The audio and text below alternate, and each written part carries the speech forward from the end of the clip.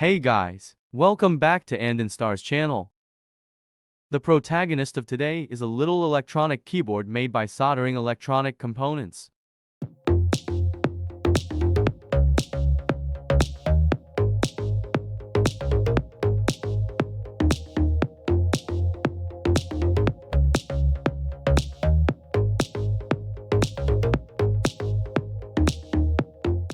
As you can see, it's quite a simple electronics which have only a few components.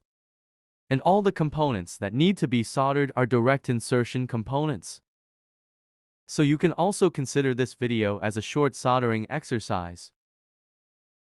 By the way, if you can't wait to see the finished product, you can try jumping to around 126.